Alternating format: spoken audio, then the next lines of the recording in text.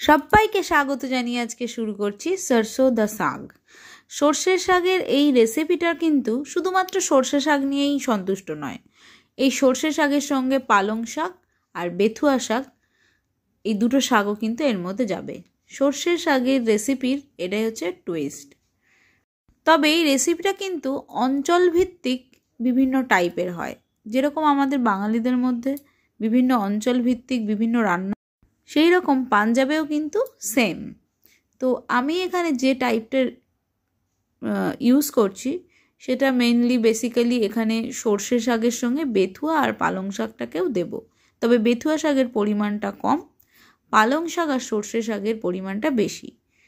আচ্ছা, যা হোক, এখানে এবার সর্ষে শাকটাকে আমি একটা সিটি দিয়ে নেব, জাস্ট 1 সিটি। শুনতে হাস্যকর হলেও এটা কিন্তু খুব মজাদার। কেন, আপনারা চাইলে প্রেসারের সিটি নাও দিতে পারেন, এটা কড়াইয়ে একটু জলটা ভাপিয়ে নিলেও হবে। আমি এখানে জলটা ফেলেই দেবো বেসিক্যালি, কেন কি অত পাতা বেছে আমি নিইনি, তাই জন্য আমি এখানে জলটা ফেলে দেব। তো এখানে শাক সিদ্ধ হয়ে গেছে, এবার আমি শাকটাকে তুলে নেব, নিয়ে ঠান্ডা হতে সময় দেব। তো এখানে দেখো ঠান্ডা হয়ে গেছে আমার। এই শাকগুলো একসঙ্গে আমি একটা পেস্ট বানিয়ে নেব। এখানে বলে রাখি, যদি আমার রেসিপিগুলো আর যদি আমার এই ভয়েস ভালো লাগে তাহলে please subscribe, like, share, comment করতে কিন্তু ভুলবেন না।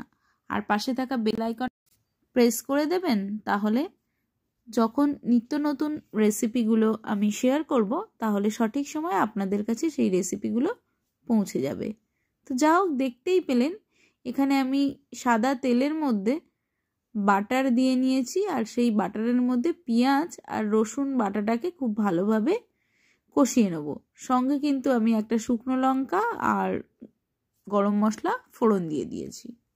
এখানে একটা জিনিস মাথায় রাখতে হবে, যেহেতু ঠান্ডা থেকে লড়াই করার জন্য এই শাকটার রেসিপিটা বেসিক্যালি রান্না করা হয়, তাই জন্য এখানে বাটারের প্রাধান্যটা কিন্তু খুবই বেশি। আর সর্ষে শাক কিন্তু স্লাইটলি খুব শার্প, এই শার্পনেসটাকে কাটানোর জন্য বাটারটা দেওয়া কিন্তু আবশ্যিক। এবার শাকের যে পেস্টটা ছিল সেই পেস্টটা কিন্তু এই ভাজা পেঁয়াজ রসুনের মধ্যে দিয়ে দেব, দিয়ে খুব ভালোভাবে নাড়াচাড়া করব যতক্ষণ না জলটা শুকিয়ে যায় ততক্ষণ অবধি। জলটা শুকানো অবধি ওয়েট করার পর তারপর কিন্তু এর মধ্যে আবারও বাটার দেব। এই এত বাটার দেওয়ার জন্য এই শাকটা কিন্তু অনেক দিন পর্যন্ত বিনা প্রিজার্ভেশনে প্রিজার্ভ করা যায়।